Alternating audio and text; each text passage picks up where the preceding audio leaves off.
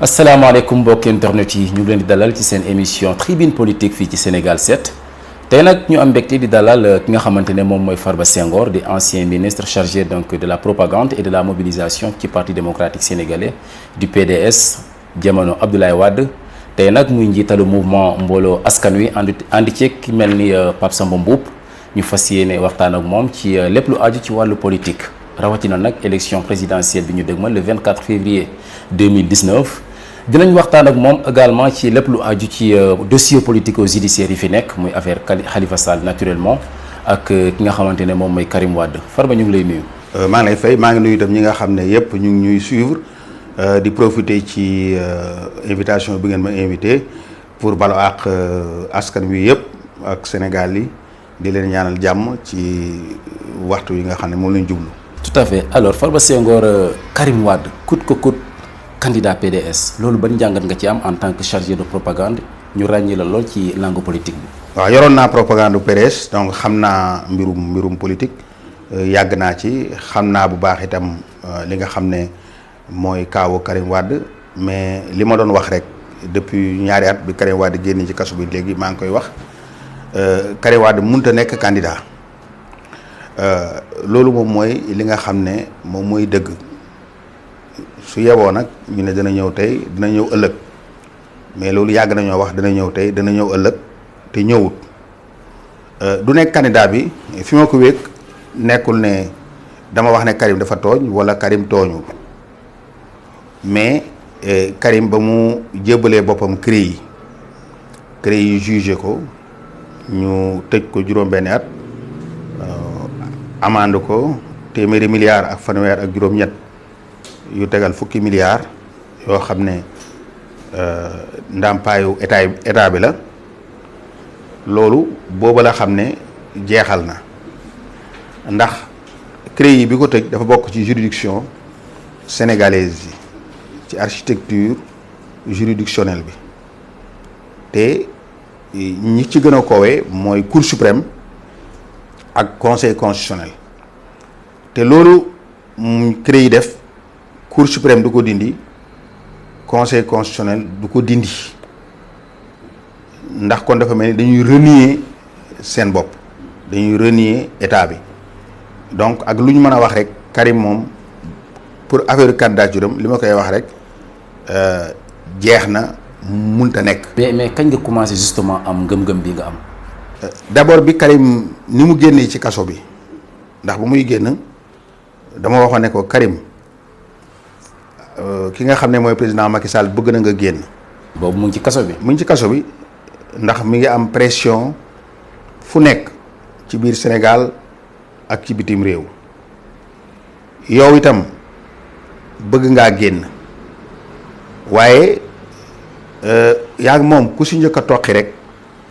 soo daanoo rek da ngay perdre kon su ma sañoon doo génnee ci grâce présidentielle parce que moo ma woowoon woo maître Madické ma ànd ak Pape Samba Mboup boroon ànd sax bés boobu ak Doudou Wade mais Doudou Wade dafa tardé ñëwul mooy bi mu waaj a génn mu ne damaa bëggoon dégg naa la ngay wax affaire grâce présidentielle ne baaxul si man waruma koo jël maa ngi lay gërëm lool parce que àndoon naa ci yow ne amnistie moo baax mais damaa bëgg nga bàyyi li nga xam ne mooy mbirum grâce te nga wax ne amnistie bi baax na nga wax ko ci rajo nga wax ko ci télévision yi. loolu yow yaa ko wax. non moom wax loolu. waaw mu ne ma gërëm naa la ci bu baax mais damaa bëgg nga bàyyi léegi di wax affaire grâce di wax affaire amnistie te ngay wax grâce ma ne ko nag man du ma dénier wu parce que ba ma koy wax yow àndoon nga si man du ma ko man naa nag bàyyi nag dootuma ci wax donc man xamoon naa ne. su génnee ci ñu grâce parce que grâce du absoudre du dindi la nga xam ne moom nga def mais amnistie moom mooy far feey li nga def moo koy far su ko defee soo buggee ëllëg présenté wu loo bugg a def da nga ko mën a def mu mere ma ci loolu d'ailleurs sunu problème yëpp foofu la jógee. boobu yëpp mu ngi ci prison bi. mi ngi ci prison bi di waaj a génn ci kanam maître Madické maître Madické sax jóg na ne ma Farba yow gars yi yow la ñu ragal xam nga soo waxee rek dañuy yaakaar ne Abdoulaye Wade moo wax te effectivement Abdoulaye Wade mosta nangu grâce bi Abdoulaye Wade dafa waxoon ne amnistie rek Karim génn seet wecc waaye Karim temps boobu xam naa ne prison metti na moom ak Madické ñoom loolu ñoom ànd nañu si mu génn ci condition yooyu donc loolu moo tax man booba laa xamoon déjà ne su ci génnee rek jeexal na dinañ ko éliminer politiquement. seen bruit yaag moom mën nañu jàpp ne fa la jóge ci prison bi. loolu mooy cause bi nga xam ne nit ñi fekkewuñu ko mais nag dafa profité wu ci différent bi ma amoon ak Omar Sarr ci dysfonctionnement yi ma doon dénoncé ci ni parti bi doxee ak ni ko Omar di doxee woo ki la profité wu liquider ma ci benn secrétariat national bu amoon donc loolu moo tax ma ne la Karim du mën a nekk fi mu toll nii candidat ndax boo wala affaire am sele woon léegi jeex na léegi nag PDS dañu war a wuti candidat de substitution depuis daaw ba ren maa ngi koy wax ñi nga xam ne dañuy suivre réseaux sociaux yi dégg nañ may wax daaw ba ren ne danañ dem jamono boo xam ne maître Madické ak ki nga xam ne mooy Omar Sarr ñooy xëccoo ji kan mooy nekk candidat te loolu bind naa ko bi Karim génnee rek ci septembre 2 mois gi topp laa bind Abdoulaye Wade ne ko danañ dem jamono ci kanam Omar Sarr ak maître Madické ñoom ñooy xëccoo kan mooy nekk candidat de substitution ma jox copie bi Karim dafa ma répondre immédiatement par mail ne ma non c'est pas vrai loolu mënut a am mais Abdoulaye Wade moom liir na ko liiraat ko xam na ne lu ma ko mës a wax alors dëgg la donc fi mu toll nii dañ waroon a wut candidat de substitution bëgguñu ko wut nag parce que tout ou rien boobu Karim tout ou rien moom la ñuy wax Aba Diatta dama koy waxee rek ba faaw Karim Wade la te loolu ça ne peut pas su prospérer liggéey bi Abdoulaye Wade liggéey yëpp œuvre bi mu liggéey yëpp ak PDS bi nga xam ne taxawal na ko léegi su ma yeboo ne man na lu war a mat juróom fukki at Abdoulaye Wade di ko xeex loolu dina réer te foofu la ñu jëm ndax PDS du am candidat dans ces conditions. bu ñu ñëwaatee ci missive bi nga bind Karim bi mu génne ba am ay 2 mois comme ni nga ko waxee noonu nga bind ko pour ñu am candidature de substitution mais yow ci sa jëmm bopp waroon nga xam ne loolu bu doon nekk ci koo xam ne am ngeen bruit laata muy génn est-ce que yow xaaroon nga pour mu accepter le missive boobu pour ñu wut candidature de substitution. Abdoulaye Wade laa ko bind rek dama koy xamal. nee nga sànq Karim répondre na par mail. non dama ko par mail dama ko koy xamal parce que bëgg ma Abdoulaye Wade won ko ëllëg mu ne yow day Farba da nga may gannaaw da ngay bind loo xam ne alors man duma ko yëg sama papa parce que soo laajee maître Madické ak maître Amadou Sall groupe boobu yëpp ñun dañu doon bindante ay juróomi nit ak Abdoulaye tous les jours man chaque jour damay génne xalaat bu bees dama leen di jox copie ak Babacar Gaye mais ñu ci bëri rek mi doon mere parce que sama xalaat ak seen xalaat alors du ñu méngoo mais su ma amee réflexion bees lu mu métti dama koy wax ñoom ñëpp ñu dégg ko donc loolu sama réflexion la c'est indépendamment de li nga xam ne moom mooy li neex mu leen naqari alors sax bind na jox na ko sax Babacar Gaye loolu ñu bëri bind na ko mu ne Farba moom dama koy nommer président think tank réservoir de pensée du fait que moom toujours mi ngi xalaat toujours mi ngi génne ay idées yu bees du seet lu ma ci neex du xool lu ma ci naqari après gars yi ñoo ko torpiller mais loolu Abdoulaye bind na ko man maa ngi sax document yi ba léegi donc man sama réflexion tenir compte ci lu neex Karim wala lu neex Abdoulaye Wade wala lu neex keneen dama ko doon def nag tous les jours sur tout ce qui se passe. au-delà de l'affaire judiciaire bi nga xam ne tey jii nii ci la Karim Wade nekk est-ce que jàpp nga ni moom ci comportement am ci xam-xamam est-ce que war na mën a yor réew mi. une fois que rek je crois que ñu soupçonné la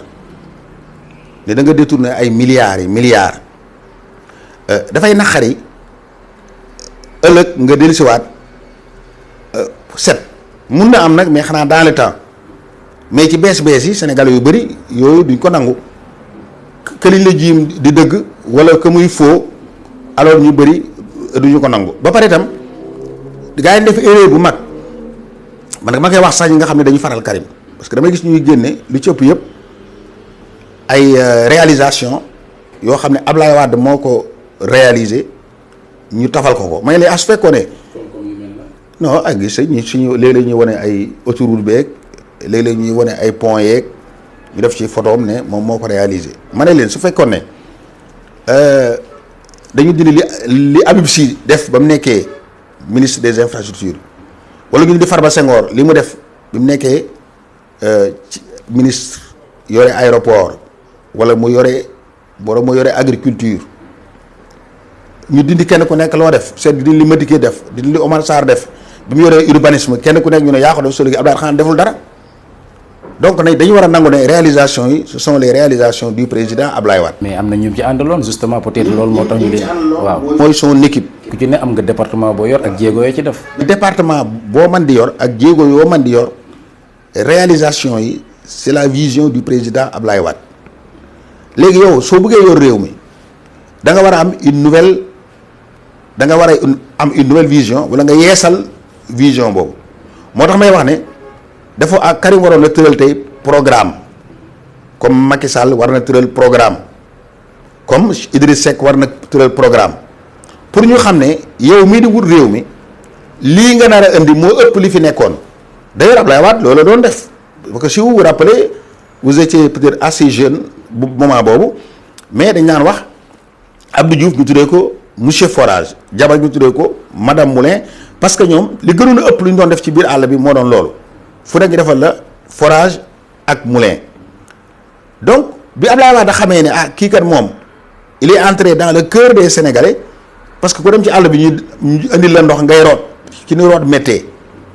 ak ki ni dëbb méttee ñu indil la forage ak ñu indil la machine buy wol Abdoulaye Wade il était très fort politiquement mu ne lii kat su ma ko bàyyee ni du ma am dara Abdoulaye Wade su ma ñëwee dama leen defal ay goudron yoo xam ne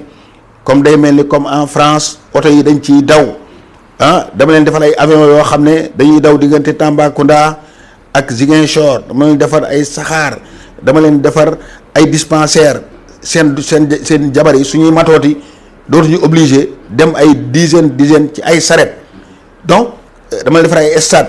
dama leen defar département bu nekk stade donc c'est ça da nga war a am lu ëpp li fi nekkoon moo tax da nga war a indi leneen. su nga jàpp ne Karim jamono ji amul programme wala. non Karim tegul benn programme boo xam ne Sénégal yi gis nañ ko. mais ku ñib seegul nag naturellement pour mu teg programme bu nit ñi gis na xaw a jafe. soo ko fàttali ko depuis 1993 ba ñu génnee ci élection yi la ñu commencé defar programme yi di ko jël di ko distribuer ñu dem ci àll bi di expliquer ce que Abdoulaye Wade buggee transformer réew mi di expliquer sax nit ñi seen droit am na benn préfet da koy nettali bu nekk Kédougou nee na li ko njëkkoon a frappé mooy moom benn bés dafa convoqué benn paysan mu ñëw mu woo ko di ko réprimander xam nga bu njëkk préfet dañoo am doole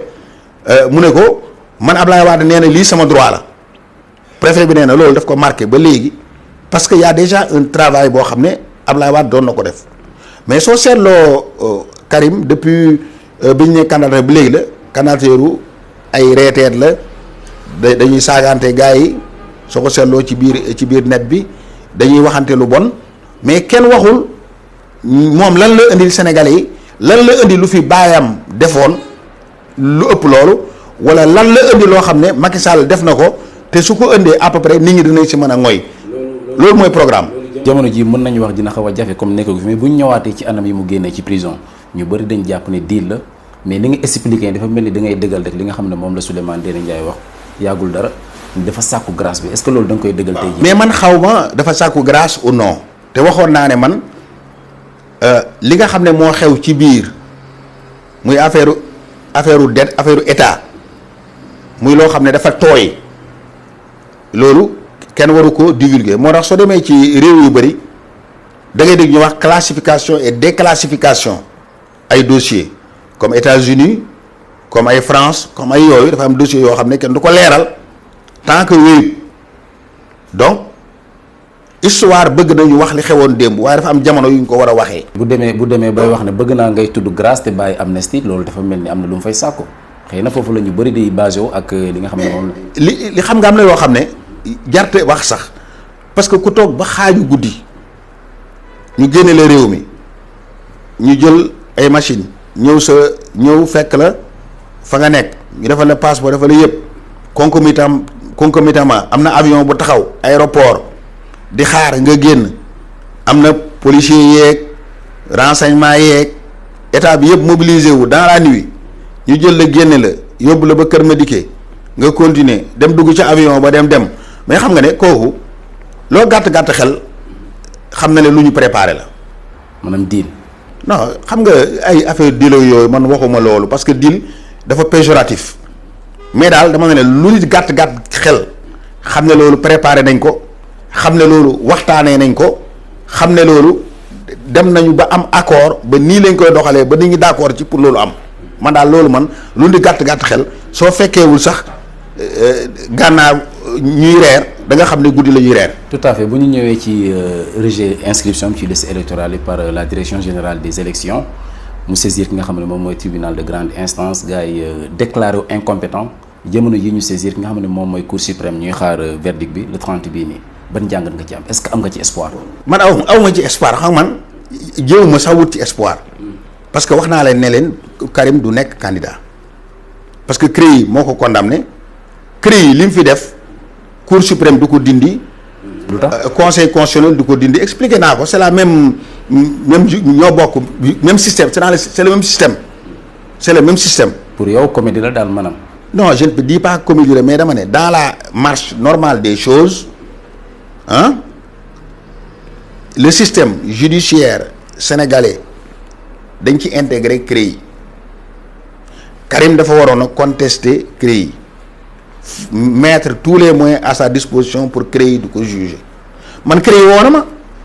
kooku l'histoire le retiendra man maa taxaw CREI woo ma ñu colonel beeg équipe beeg substitut beeg gars yi yëpp woo ma ne man du ma leen tontu ci li ngeen may wax yëpp du ma leen ci tontu parce que gëwuma CREI man cour de haute cour de justice ñoo may tontu bés bu ñu la yónnee wala su fekkoon ne tey procureur général Diaby j'ai prononcé son nom moo ma doon woowoon wala procureur de la république ñoo ma woowoon nga xam ne lii moom mooy li nga xam ne moom moo fi amoon te ma gëm ko su ma laajee dinaa tontu waaye yéen juridiction exceptionnelle yéen du ma leen tontu loolu kay amul benn yoon bu leen tontoo. loolu nga tontu CREI. loolu buñ ma waxee rek ma ne du ma leen tontu ma référé wu ci benn article 101 de la constitution moo ko wax wala mooy article 7 bu loi kii xaw ma 51 nangam 81 51 xaw ma gis moo ko wax ba affaire bi yegg ba guddi jot ma collé fa ma collé man je suis le seul te dañ ko waxante woon ñun mais Karim ba mu xam ne moo ki des dafa ñëw ne baayam baal ma damaa bëgg su ma demee ma tontu Pape Abdoulaye ne leen à vos dépens. mais yow da nga lànk ne doo dem. man Abdoulaye Wade lu ñu xas ba wax man Abdoulaye Wade xam na ma de nee naa Abdoulaye Wade yow lu ñu toog fii ba wax ko ba ficelé ko ba départ ci ba pare ba ñëpp ànd ci bu ma kenn woowaat ne ma Farba changé nañ position yéenay changé mais du ma changé parce que là lu mu njëkk a xalaat rek dëgg la mais xalaatam nit ñi dañ ko yàq son entourage su xalaatee dara ñëw exposé ko ba génn ba dem gars yi suñ demaatee dañuy defaat par petit groupe ñëwaat pour génne ci Ablaye Wade man nag comme man sama propre personne laa engagé woon moi j'ai refusé de céder te ba ma demee moom danañ mujj déclassifier procédure boobu ñu génne ko yu CREI danañ gis ne Farba loolu la tontu à toutes les questions mais Karim dafa tontu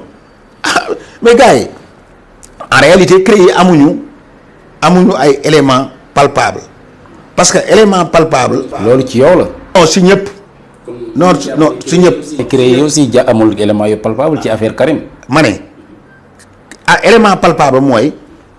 dañuy am ay inspecteurs d'État yu def ay wala cour benn cour bi ñu def ay enquêtes préliminaires ñu xool ne yow defoon nga lii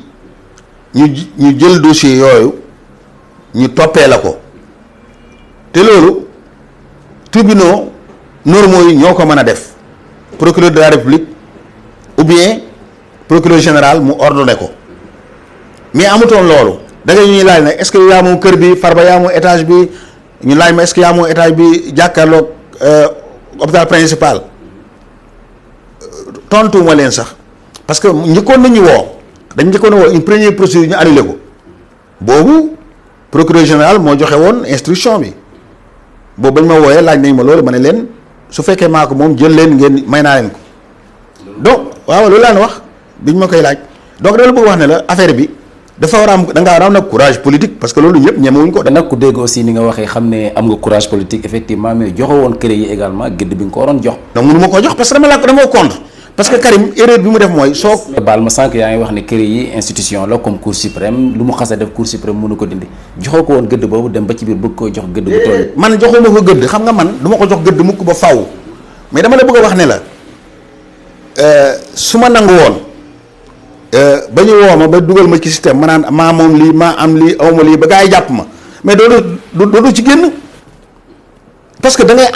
pax la da ngay xoble buy dugg ci biir pax tu ne pourras plus t'en sortir donc mieux woo nga bañ ci dugg man j'ai fait tout pour bañ ci dugg mais Karim su bàyyee boppam ba dugg ci biir enfoncé wu ci mais il s'enfonce dans le système. loolu tamit waroon nga ci jouer rôle parce que jamono boobu yéen a bokkoon. non nous tous on avait fait un serment devant Ablaye Wade que suñ demee kenn du wax su fekkee ne ñoom dañoo défaire serment bi c'est à leur dépens. moom loolu la def Karim. mais Karim moo la def moo tax ñu topp ko dama koy wax laaj nañ ko plus de 120 questions te soo man suivre naa moom kiyam bi procès bi fu ñu koy laajaat fi ko procureur bi laaj bu ñu ko wooyee procureur bi même question la ko posé waat bi mu demee chambre bi commission d'instruction même question la ko posé waat bi ñëwee tribunal même question su fekkoon ne dafa taxawoon kon bi day nekk dans l'impasse parce que gars yi du ñu am effectivement rien de concret lu ñu ko mën a jàppee mais su ne yow yaa moom kër bi nga ne déedéet moom ma kër bi man kër bële laa moom mais gars yi seeti kër boobu noo ko amee donc gars yu bëri noonu lañ leen daane. te moom tamit mën nañ jàpp ne noonu lañ ko daane. noonu lañ daane ñëpp ñi nga xam ne kuñ daane donc li ma la bëgg a expliquer mooy y a aucune contradiction ci man ma bañ a reconnaître crédit ak man a la crédit li mu def du ko dindi parce que beneen niveau la parce que crédit ak cour suprême ak conseil constitutionnel ñoom ñoo bokk système bi ñoo wóolante nañu reconnaître nañu donc lépp loo xam ne crédit da koo def cour suprême daf koy nangu conseil constitutionnel daf koy nangu donc yow ci sa bopp yaa waroon a bañ a dugg ci système boobu nga taxaw fële loolu laa bëgg a expliquer. bu ñu ñëwee ci affaire Khalifa Sall. ñuy xaarandi verdict bi le 30 bii di ñëw di alxamis boobu am nga si njàngat. bon bëgguma ci sax di ci sori parce que verdict bi dañu koy joxe man xam nga yàgg naa ci wax waxoon naa ne Karim Wade ak Khalifa Sall yëpp dañ def ay erreurs politiques de jeunesse c'est-à-dire que ñoom ils ont mal géré leur dossier parce que Ablaye Wade mosta nangu dossier benn avocat di ko gérer Ablaye est le maître de toute affaire qui le concerne l'avocat nee na avocat daf laa war a jox les instruments et de défense moom la war a avocat bi war a jox moom la war a indil mais avocat bi l'instrument politique yaa ko war a yor yow kay yow yaa war a def nekk politicien def ay toj-toj avocat bi léegi mu wokkal ne la fii soo fa jaaree da nga daanu léeg-léeg nga bëgg a waxtaan ak ko xam ne mënoo waxtaan ak moom avocat bi dem waxtaan ak kooku ñëw régler la affaire bu ndaw ñëwaat mais bàyyee sa affaire avocat yi ñuy tali yore rajo yi télévision yi te sa dossier jeexee bu Karim jeexee dañuy jàll ci bu Khalifa su bu Khalifa jeexee ñu jàll ci keneen et presque ce sont les mêmes avocats c'est-à-dire loolu c'est une première erreur une affaire politique se règle politiquement ñoom ñoo waroon a régler seen affaire politiquement à un moment donné Khalifa avait l'opportunité waxtaan ak gars yi pour génn ci. yan gars justement. waxtaan ak procureur de la République. mais est-ce que amoon na possibilité. non am na possibilité. non attends procureur nit la rek comme tout le monde te loolu ça se fait dans Amérique da ngay fay sax nga déposer xaalis ñu bàyyi la Sénégal gi da ngay fay. Sénégal da ngay fay Sénégal laa wax da ngay fay maire Ngoundiane bi ak ñeneen bañ leen jàppee parce que loi bi moo ko wax ne suñ la jàppee pour détournement de deniers publics soo déposer les 2/3 yow dañ laa war a bàyyi nga dem après yow nga fay kenn warul laa tëj parce que dafa am ñaari man man j'ai été un auxiliaire de la justice au Sénégal dama prêter serment j'ai prêté serment le 12 avril 1980 au tribunal régional de Dakar et je suis cru dans le cadre de sama liggéey jusqu'à inscription de faux lu ma mës a wax kenn du ko dindi tant que yóbbuwuñu ma tribunal man je connais bien donc le droit pénal économique xam naa ko gis naa ñu bëri ñoo xam ne ci jurisprudence dañ leen fay jàpp ci temps wu régime socialiste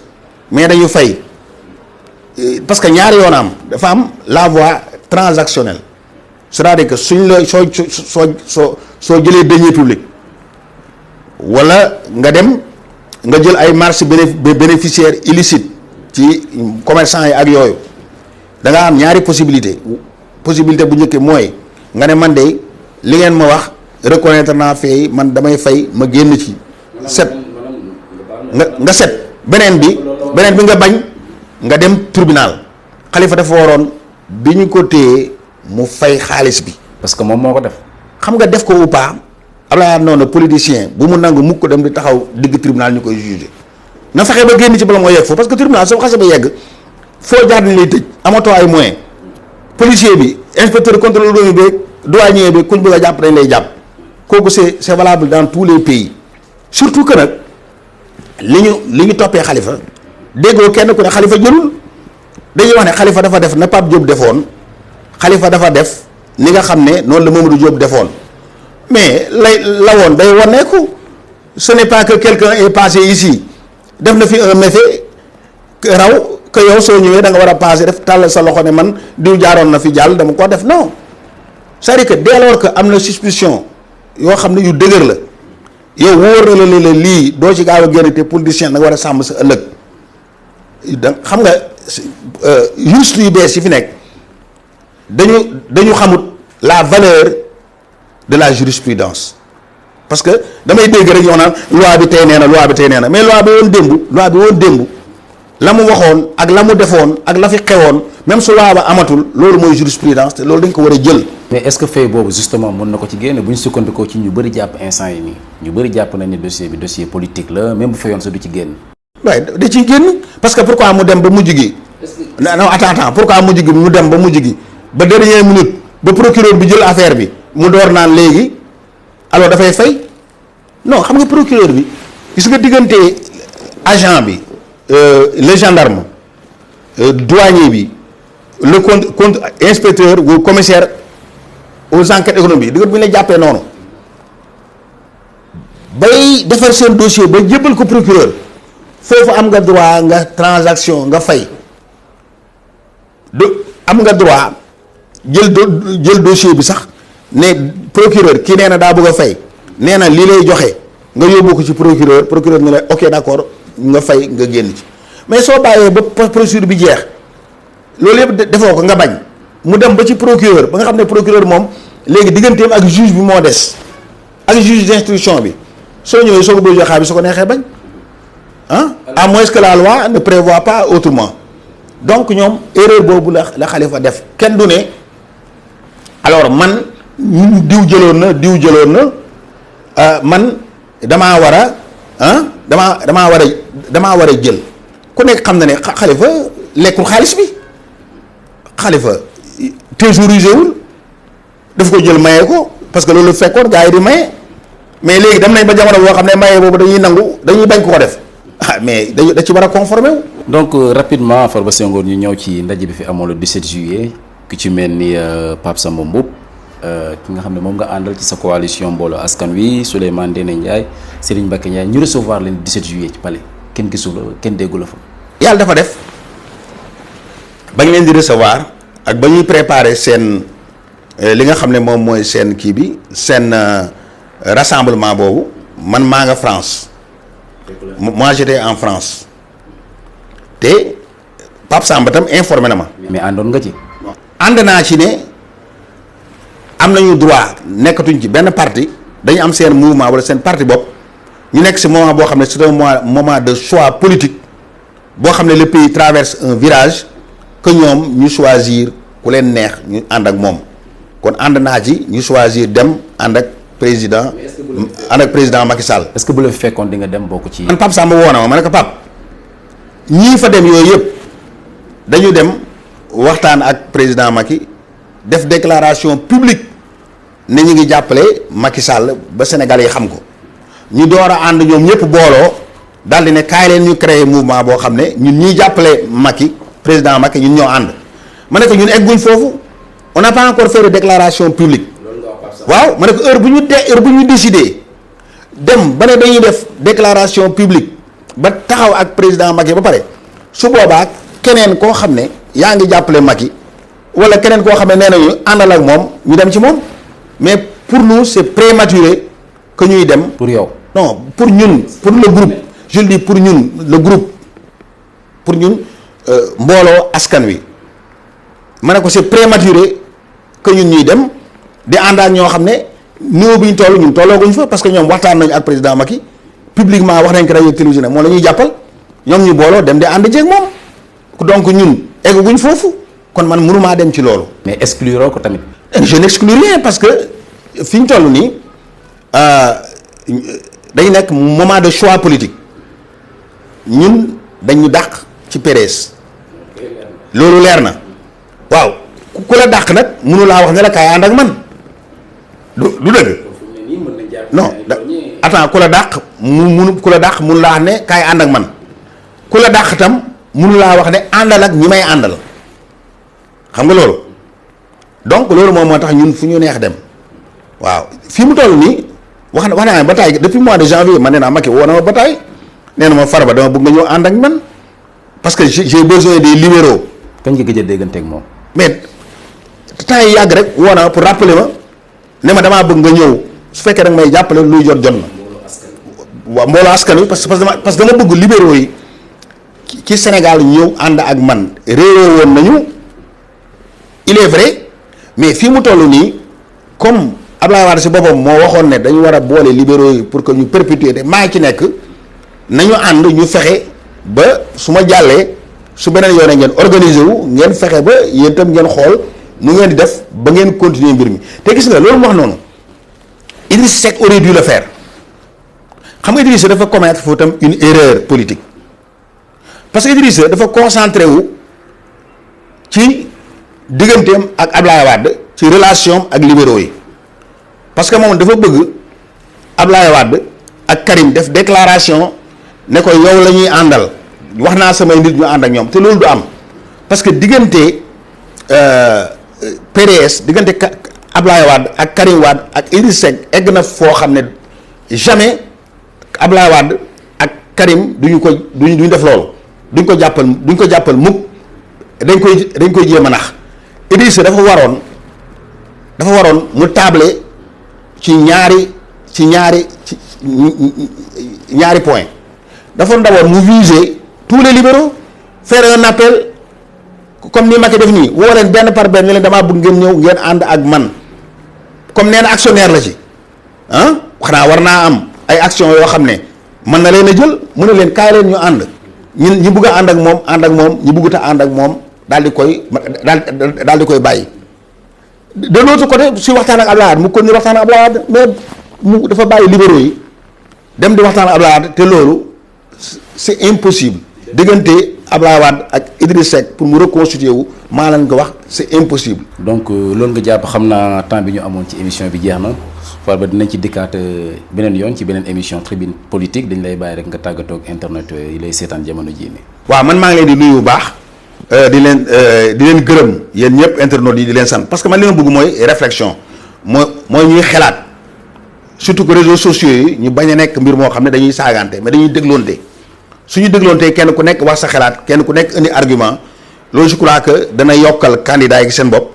dana yokkal aussi Sénégal construction nationale bi ñuy def yéen nag maa ngi di gërëm bu baax di leen sant di leen ñaanal yàlla di leen balu ak maa ngi balu ak itam internautes yu nii yëpp di leen ñaanal yàlla jàppale li ci li ñu nekk jërë ngeen jëf. merci beaucoup chers internautes mu nekkoon donc seen émission tribune politique fii ci Sénégal 7 tey ñu amoon mbégte di dalal Farba Senghor di ancien ministre comme ni ñu ko waxee ci début émission bi nekk njiital mouvement mbooloo askan wi ñu leen di jox dig daje beneen yoon ci émission tribune politique fii ci Sénégal 7.